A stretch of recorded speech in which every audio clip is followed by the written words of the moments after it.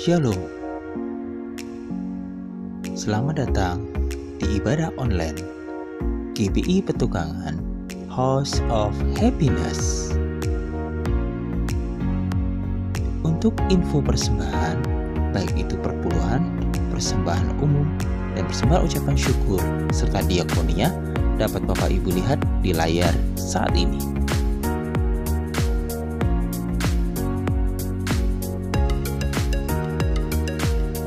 Untuk tertib administrasi, bukti persembahan mohon difoto lalu dikirimkan melalui WhatsApp ke nomor 0822 9900 8683. Akhirnya, kami mengucapkan selamat beribadah. Tuhan Yesus memberkati.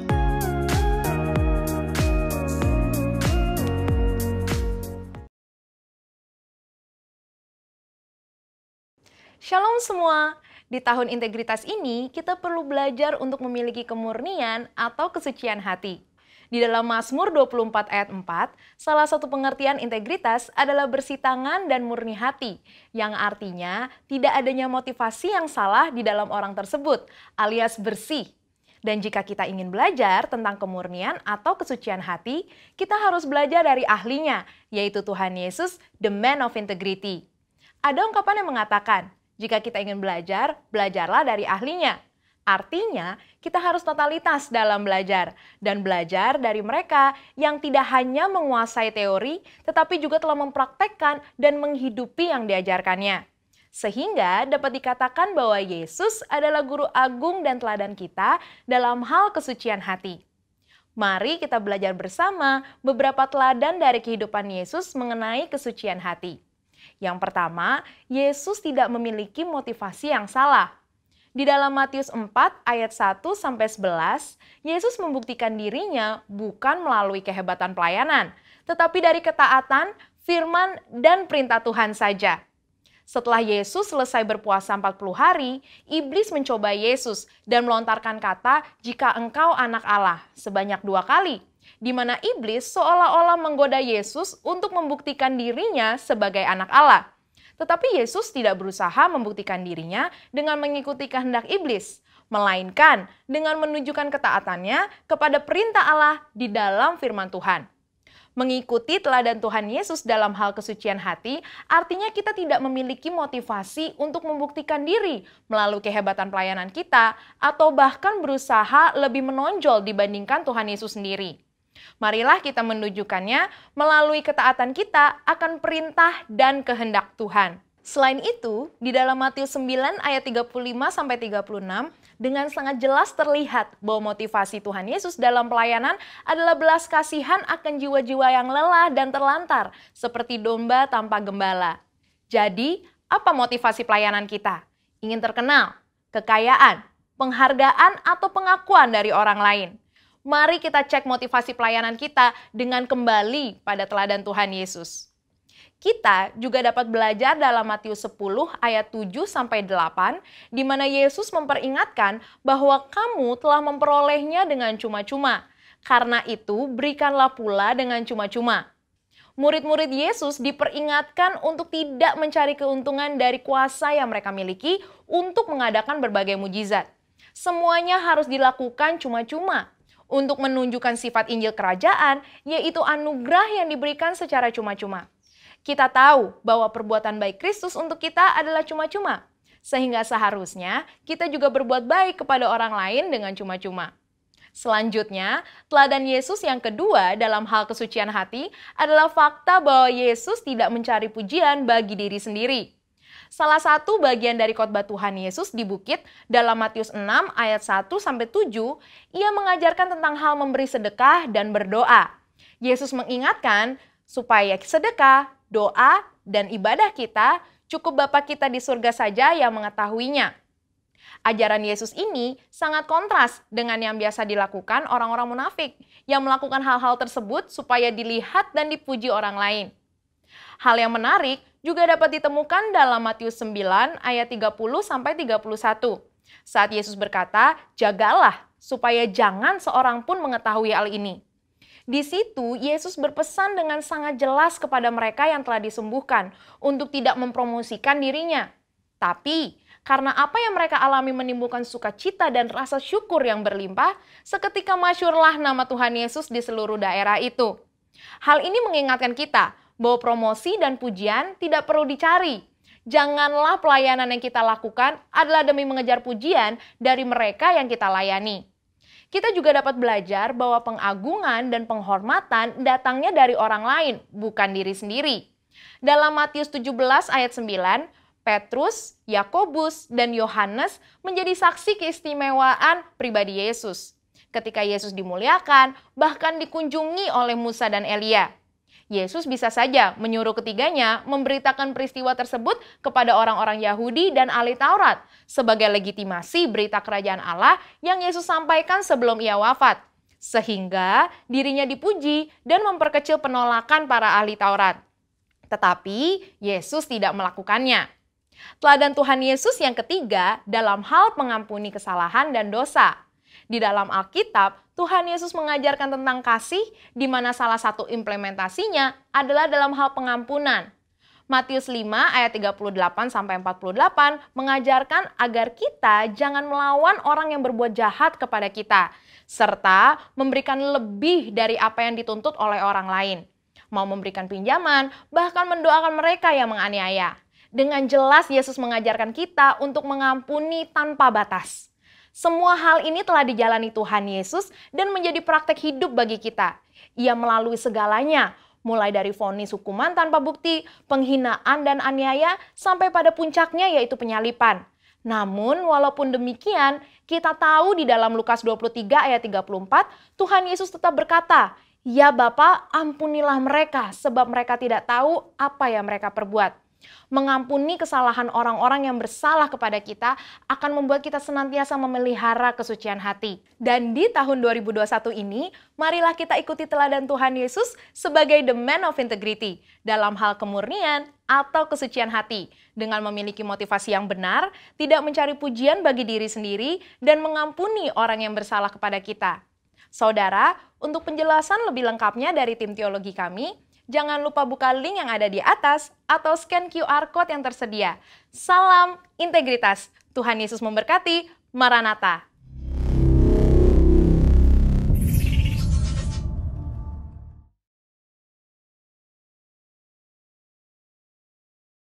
Mari kita memperkatakan Mazmur 91 dengan iman percaya. Dalam lindungan Allah, orang yang duduk dalam lindungan yang maha tinggi dan bermalam dalam naungan yang maha kuasa akan berkata kepada Tuhan, tempat perlindunganku dan kubu pertahananku, Allahku yang kupercayai, sungguh dialah yang akan melepaskan engkau dari jerat penangkap burung, dari penyakit sampar yang busuk, dengan kepaknya ia akan menudungi engkau, di bawah sayapnya engkau akan berlindung, kesetiaannya ialah perisai dan pagar tembok. Engkau tahu saat aku terhadap kedahsyatan malam, terhadap panah yang terbang di waktu siang, terhadap penyakit sampar yang berjalan di dalam gelap, terhadap penyakit menular yang mengamuk di waktu petang. Walau 1.000 orang rebah di sisimu dan 10.000 di sebelah kananmu, tetapi itu tidak akan menimpamu. Engkau hanya menontonnya dengan matamu sendiri dan melihat pembalasan terhadap orang-orang fasik. Sebab Tuhan Allah ialah tempat perlindunganmu, yang maha tinggi telah kau buat tempat perteduhanmu.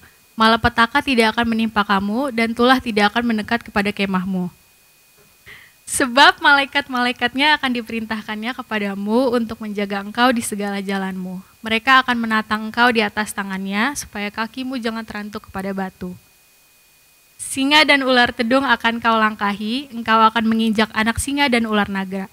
Sungguh hatinya melekat kepadaku, maka aku akan meluputkannya. Aku akan membentenginya sebab ia mengenal namaku. Bila ia berseru kepadaku, aku akan menjawab. Aku akan menyertai dia dalam kesesakan, aku akan meluputkannya dan memuliakannya. Dengan panjang umur akan kukenyangkan dia, dan akan kuperlihatkan kepadanya keselamatan daripadaku.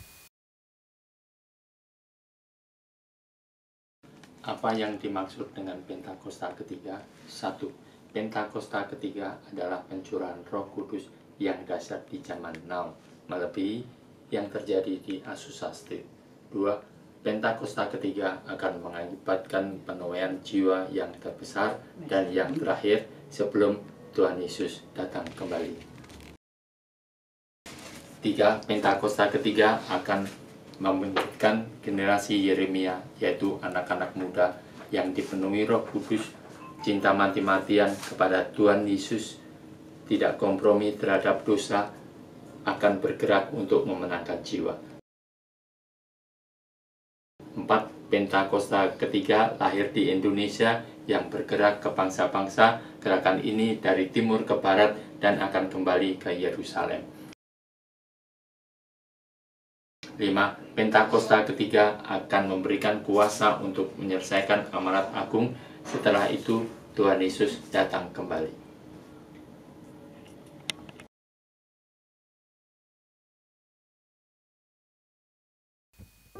Haleluya.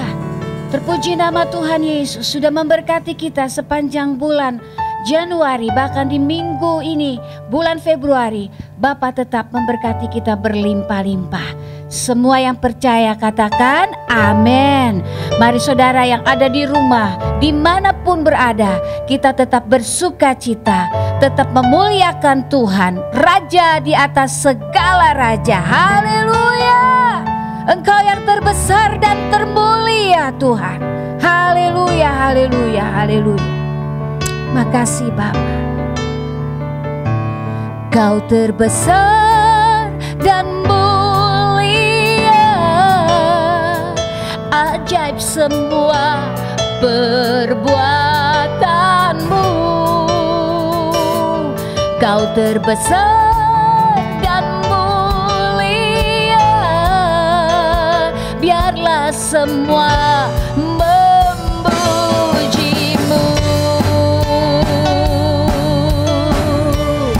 Kau terbesar, haleluya. Terima kasih Tuhan.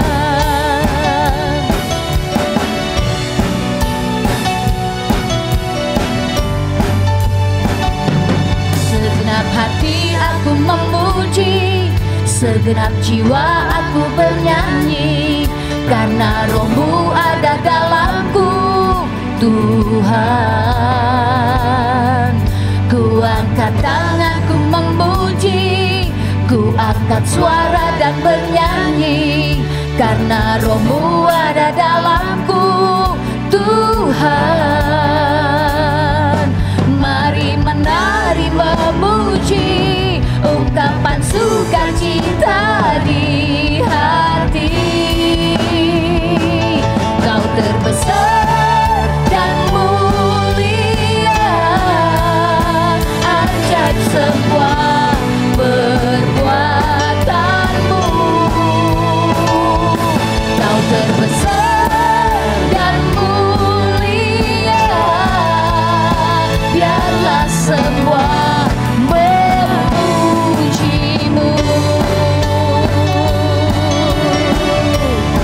Haleluya.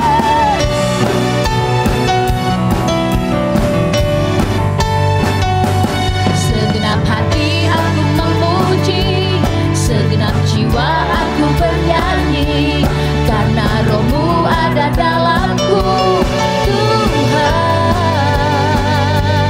Ku angkat tanganku memuji, ku angkat suara dan bernyanyi, karena Roh-Mu ada dalamku, Tuhan. Mari menari memuji, ungkapan sukacita di hati. Kau terbesar dan mulia, ajaib semua perbuatanmu. Kau terbesar dan mulia, biarlah semua memujimu.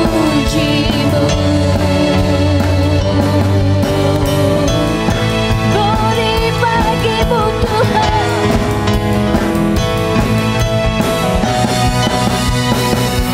Kau terbesar dan mulia, ajaib semua perbuatanmu. Kau terbesar dan mulia, biarlah semua memuji-Mu. Kau terbesar dan mulia, ajaib semua perbuatan-Mu. Kau terbesar dan mulia, biarlah semua memuji-Mu. Biarlah semua memuji-Mu. Biarlah semua memuji-Mu. Haleluya, semua memuji-Mu Tuhan. Haleluya, haleluya, haleluya. Terima kasih Tuhan. Haleluya, haleluya, haleluya. Makasih Bapa yang baik, bahwa terus kami ada di dalam hadirat-Mu. Kami hidup di dalam anugerah-Mu.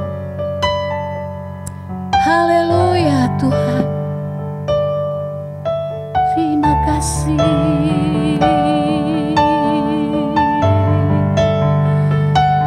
Terima kasih.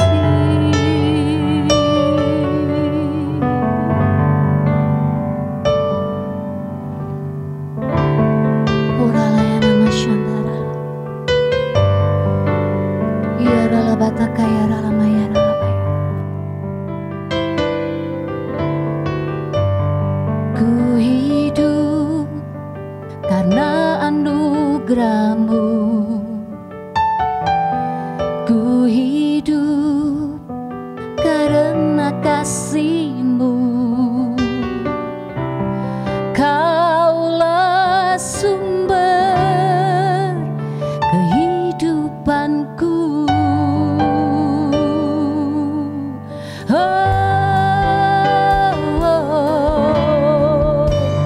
Ku hidup untuk menyembah-Mu. Ku hidup untuk menyenangkan-Mu. Kaulah pusat penyembahanku. Kau yang layak, Kau yang layak, Kau layak disembah di dalam roh dan kebenaran. Kau yang layak, Kau yang layak, Kau layak disembah, ditinggikan untuk selamanya. Haleluya, haleluya. Ku hidup karena anugerah-Mu. Ku hidup karena kasih-Mu. Kaulah sumber kehidupanku. Kami mau menyembah-Mu ya Bapa. Ku hidup untuk menyembah-Mu. Ku hidup untuk menyenangkan-Mu.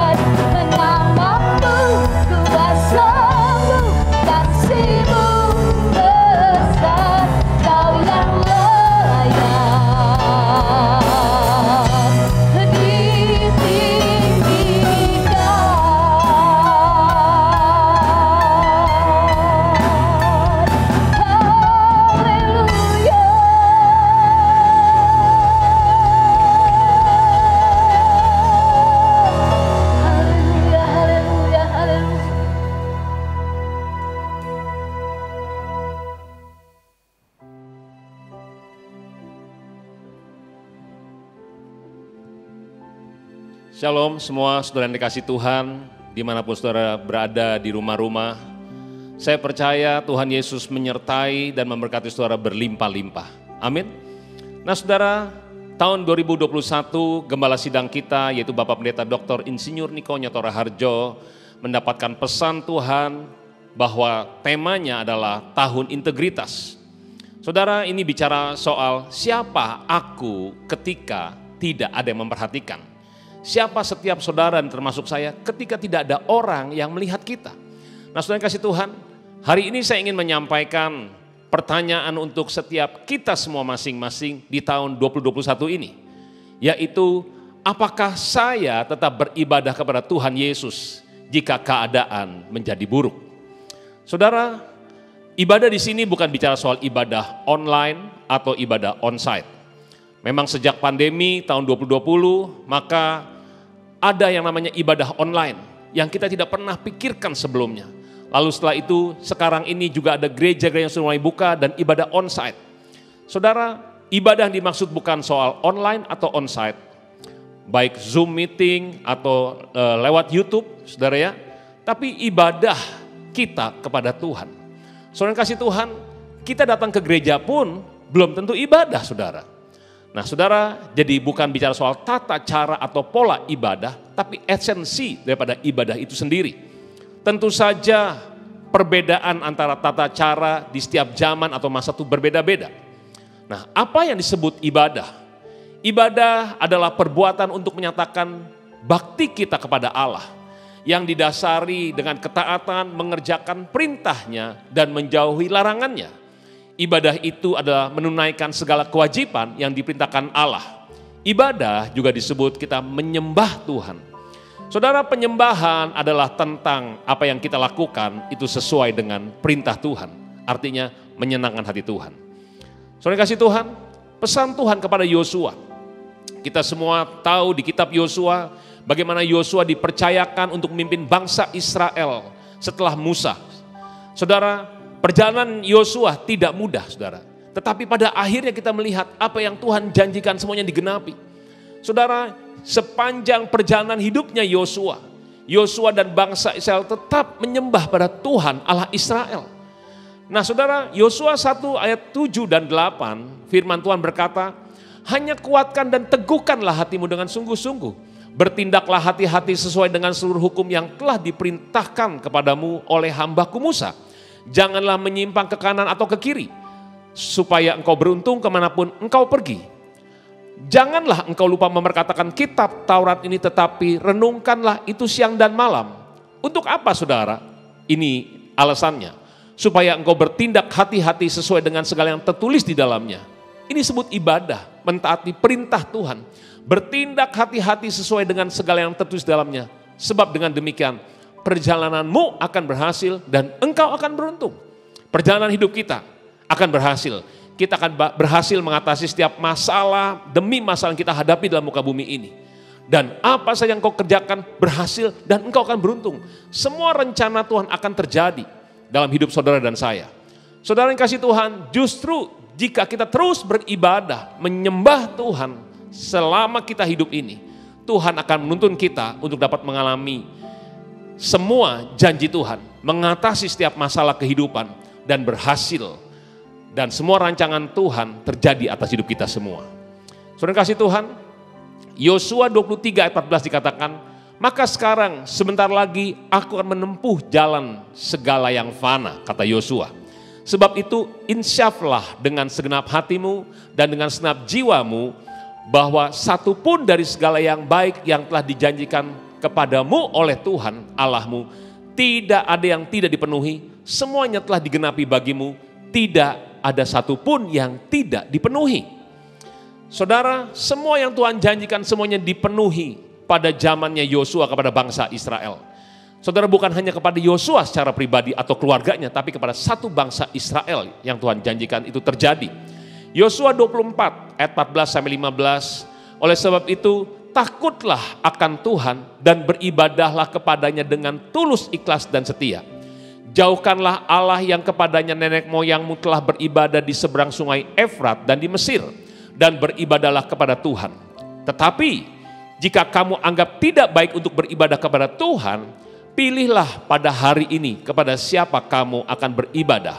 Allah kepada nenek moyangmu beribadah di seberang sungai Efrat, atau Allah orang Amori yang negerinya kamu diami ini. Lalu Yosua tutup dengan kalimat ini, tetapi aku dan seisi keluargaku, kami akan beribadah kepada Tuhan. Saudara yang kasih Tuhan, ibadah itu tidak bisa diwakilkan oleh orang lain, termasuk oleh anggota keluarga kita. Biarlah hari ini setiap kita, keluarga demi keluarga, kita sehati, kita untuk memilih, untuk terus beribadah kepada Tuhan kita, Yesus Kristus, dengan mentaati firman Tuhan. Yang setuju, katakan amin. Saudara, ibadah tidak bisa diwakili oleh orang lain. Enggak bisa cuma hanya si suami atau ayah yang beribadah, maka istri dan anak-anaknya akan tercover. Enggak bisa, saudara. Atau hanya istrinya saja. Berapa banyak ada ibu-ibu yang rajin ke gereja, tapi suaminya kadang-kadang ke gereja. Enggak bisa diwakili oleh istrimu. Saudara, demikian juga anak-anak tidak bisa diwakili ibadahnya oleh orang tuanya. Tapi setiap pribadi lepas pribadi harus memutuskan untuk beribadah kepada Tuhan kita, Yesus Kristus. Yang setuju katakan amin. Yang dimaksud beribadah adalah kita beribadah kepada Tuhan karena kita mengenal Tuhan. Mengenal Tuhan artinya kita dikasihi oleh Tuhan dan mengasihi Tuhan.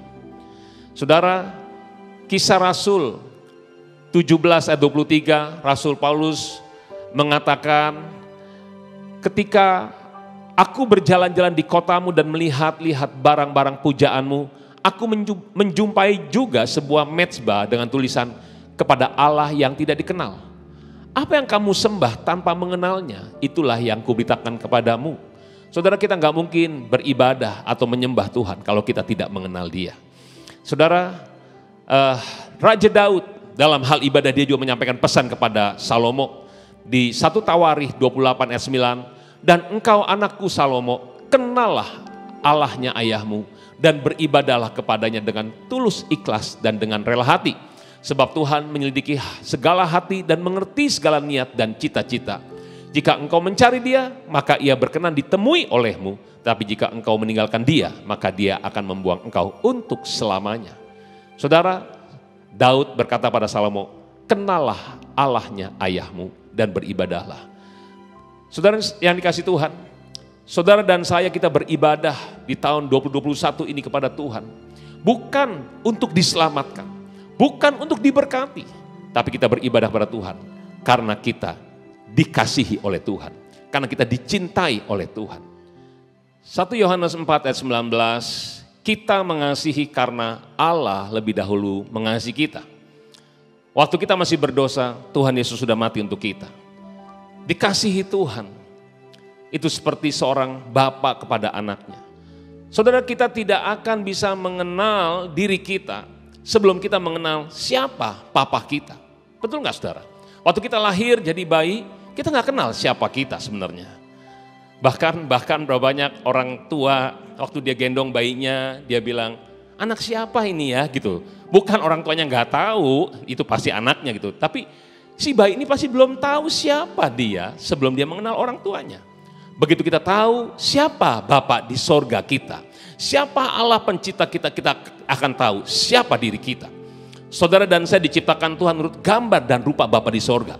Kalau Bapaknya dahsyat, saudara adalah orang-orang yang dahsyat. Saudara bukan orang-orang yang diciptakan untuk jadi pecundang atau jadi orang yang kalah.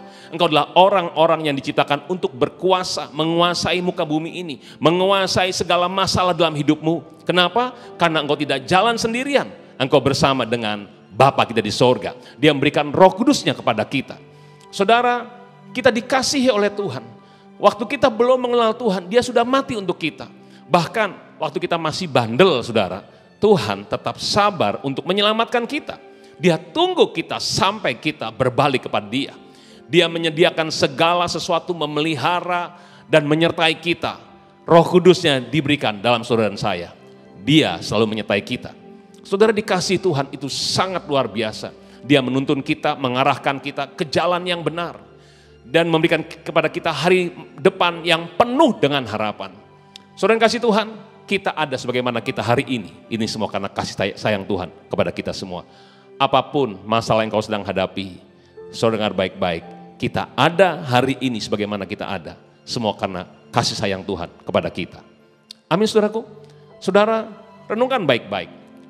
Waktu saudara punya anak, waktu engkau masih menjadi anak, kita nggak pernah punya pikiran untuk lakukan apa gitu ya. Misalnya mau sekolah atau apapun, orang tua kita menyediakan semuanya. Apalagi Tuhan kepada kita semua. Saudara yang kasih Tuhan, kalau kita tidak membangun hubungan dengan Tuhan, sehingga kita tidak mengenal Dia, saudara yang kasih Tuhan, rancangan Tuhan bisa hilang dalam hidup setiap saudara dan saya. Karena kita tidak berjalan sesuai dengan jalannya Tuhan. Musa berkata kepada Tuhan, Tuhan beritahukanlah jalan-jalanmu kepadaku, supaya aku mengenal engkau, sehingga aku tetap pada kasih karuniamu. Apa kasih karunia Tuhan kepada Musa dan bangsa Israel? Musa berkata gini, apa yang membedakan bangsa ini dengan bangsa-bangsa yang lain? Bukankah karena engkau berjalan bersama dengan kami? Saudara, kasih karunia Tuhan atas hidup kita semua karena kita mengenal Tuhan adalah karena hadirat Tuhan bersama dengan saudara dan saya. Yesus berjalan bersama dengan kita di muka bumi ini. Yang setuju katakan amin. Saudara, mengenal Tuhan yang kedua berarti kita mengasihi Tuhan. Kita beribadah karena kita mengasihi Tuhan. Inilah tandanya bahwa kita mengenal Allah, yaitu jika kita menuruti perintah-perintahnya. Kalau saudara saya mentaati firman Tuhan, beribadah pada Tuhan, kitalah orang-orang yang mengenal Tuhan, orang-orang yang mengasihi Tuhan. Barang siapa berkata, aku mengenal Dia, tetapi ia tidak menuruti perintah-perintahnya, ia adalah seorang pendusta, dan di dalamnya tidak ada kebenaran. Tapi barang siapa menuruti firman-Nya, dalam orang itu sungguh sudah sempurna kasih Allah, dan itulah kita ketahui bahwa kita ada di dalam Dia. Barang siapa mengatakan bahwa ia ada di dalam Dia, ia wajib hidup sama seperti Kristus telah hidup. Yang mau katakan amin. Saudara, apa perintah Tuhan kepada manusia, saudara? Perintah atau hukum yang terutama dan utama, yaitu kasihilah Tuhan Allahmu dengan segenap hati, jiwa, kekuatan, dan akal budimu. Dan kasihilah sesamamu manusia seperti engkau mengasihi dirimu sendiri. Saudara, di Markus 12 ayat 33 dikatakan, lalu kata ahli Taurat itu kepada Yesus, tepat sekali, Guru, benar katamu itu bahwa Dia esa dan bahwa tidak ada yang lain kecuali Dia. Memang mengasihi Dia dengan segenap hati dan dengan segenap pengertian dan dengan segenap kekuatan dan juga mengasihi sama manusia seperti diri sendiri adalah jauh lebih utama daripada semua korban bakaran dan korban sembelihan. Saudara, itu adalah ibadah kita kepada Tuhan. Apa dampaknya kita beribadah karena mengenal Tuhan, dikasihi dan mengasihi Tuhan? Saudara, maka dikatakan, jikalau kamu mengasihi aku, kamu akan menuruti segala perintahku. Aku akan minta kepada Bapa dan Dia akan berikan kepadamu seorang penolong yang lain, supaya Ia menyertai kamu selama-lamanya, yaitu Roh kebenaran. Dunia tidak dapat menerima Dia sebab dunia tidak melihat Dia dan tidak mengenal Dia, tetapi kamu mengenal Dia sebab Ia menyertai kamu dan akan diam di dalam kamu. Yohanes 14 ayat 26 dikatakan, tetapi penghibur yaitu Roh Kudus yang akan diutus oleh Bapa dalam namaku, Dialah yang akan mengajarkan segala sesuatu kepadamu dan akan mengingatkan kamu akan semua yang telah kukatakan kepadamu.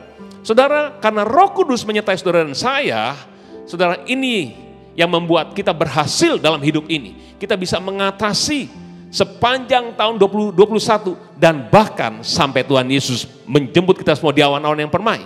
Karena Roh Kudus bersama kita. Dan bukan hanya itu. Dikatakan, barang siapa percaya kepadaku, kata Tuhan Yesus, dia akan melakukan pekerjaan-pekerjaan yang aku lakukan, bahkan yang lebih besar daripada itu. Kenapa? Karena Roh Kudus yang mengurapi Yesus, Roh Kudus yang sama mengurapi kita dan tinggal bersama dengan kita. Amin, saudaraku. Nah, saudara, Yohanes 15 ayat 7. Jikalau kamu tinggal dalam aku dan firmanku tinggal dalam kamu, mintalah apa yang kamu kehendaki dan kamu akan menerimanya. Saudara, kalau kita beribadah pada Tuhan, kita tinggal dalam Dia dan firman Tuhan tinggal dalam kita, maka Alkitab berkata, mintalah apa saja yang engkau kehendaki dan kamu akan menerimanya. Saudara, bagaimana kita bisa tinggal dalam Dia?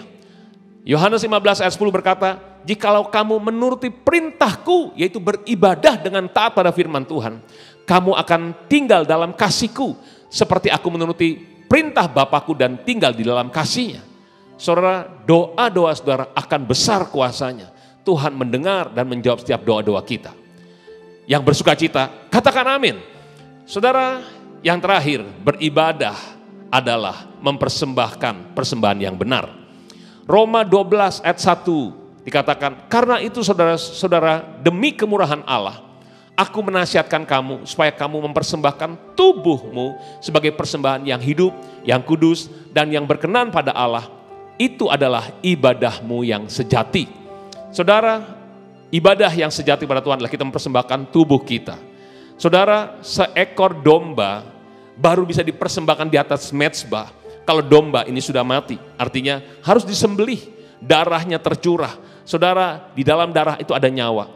Artinya kalau kita ingin mempersembahkan tubuh kita sebagai persembahan yang hidup, kudus, dan berkenan pada Allah, artinya kita mempersembahkan seluruh hidup kita kepada Tuhan. Kalau kita mempersembahkan seluruh hidup kita, artinya apa saja yang ada pada kita juga kita persembahkan pada Tuhan. Saudara, seperti Tuhan Yesus 2000 tahun yang lalu, Dia adalah anak domba Allah yang dipersembahkan di atas mezbah saudara. Darahnya dicurahkan untuk menyelamatkan saudara dan saya. Saudara, apa itu persembahan? Persembahan bicara soal hadiah atau pemberian kepada seseorang yang kita hormati. Mempersembahkan hidup kita, tubuh kita sebagai persembahan hidup kudus dan berkenan pada Allah. Kita mempersembahkan hidup kita kepada Tuhan yang kita sembah, Tuhan yang kita hormati. Saudara, persembahkanlah bagaimana kita hidup, perbuatan kita, perkataan kita, pikiran kita, cara kita berkelakuan, biarlah itu sesuai dengan perintah Tuhan. Itu yang menyenangkan hati Tuhan. Bahkan semua yang kita miliki, termasuk waktu, tenaga, saudara melayani orang, saudara mendoakan orang, saudara sedang melayani Tuhan. Engkau mempersembahkan sesuatu pada Tuhan. Dan juga jangan lupa keuangan kita. Saudara, biarlah kita memberi persembahan uang sesuai dengan kerelaan hati dan juga dengan sukacita. Bukan dengan rasa sedih, bukan dengan rasa terpaksa. Saudara yang dikasihi Tuhan, waktu kita memberikan persembahan uang kepada Tuhan, bisa bicara soal persembahan diakonia, persepuluhan kita, dan juga buah sulung di awal tahun 2021 ini. Ini semua karena kita menyembah Tuhan, kita beribadah kepada Tuhan. Bukan karena dipaksa. Kenapa? Karena Yesus adalah Allah yang hidup. Kita punya hubungan secara pribadi dengan Tuhan. Kita memberikan karena kita tahu Dia adalah Allah yang kita hormati dan Allah yang hidup, Allah yang sudah mati bagi kita. Saudara, bukankah semua persembahan yang kita berikan pada Tuhan itu juga berasal daripada Tuhan? Karena Tuhan yang memberkati kita terlebih dahulu. Amin, saudaraku. Saudara kasih Tuhan, saya tutup. Saya pernah ada yang nanya kepada saya. Dia bilang, Ben, kalau kamu memberikan persembahan pada Tuhan, lalu Tuhan tidak mengembalikan, tidak memberkati kamu, bagaimana sikap hati kamu? Saya berpikir cuma beberapa detik, lalu saya bilang begini, waktu saya memberi persembahan kepada Tuhan, bukan karena saya minta dibalikin lagi, tapi karena saya mengasihi Tuhan. Amin, saudaraku. Saudara memberi bukan karena seperti gambling, ingin dapat kembalian yang banyak, tapi waktu kita memberikan persembahan kepada orang yang kita cintai, karena kita mengasihi orang itu. Waktu kita memberikan persembahan kepada Tuhan, karena kita mengasihi Tuhan. Amin, saudaraku. Saudara kasih Tuhan, biar di tengah-tengah pandemi corona ini, biarlah kita tetap beribadah kepada Tuhan Yesus Kristus. Sebab Dia adalah Allah yang mengasihi kita dan Allah yang kita kasihi. Berikanlah persembahan yang terbaik untuk Tuhan. Amin. Mari kita tundukkan kepala semuanya. Bapa,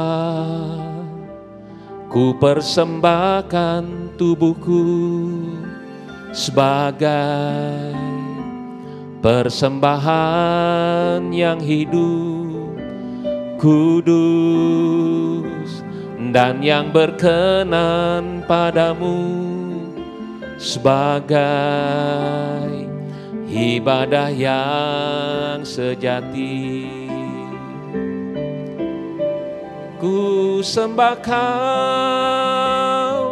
Tuhan, ku sembah Kau,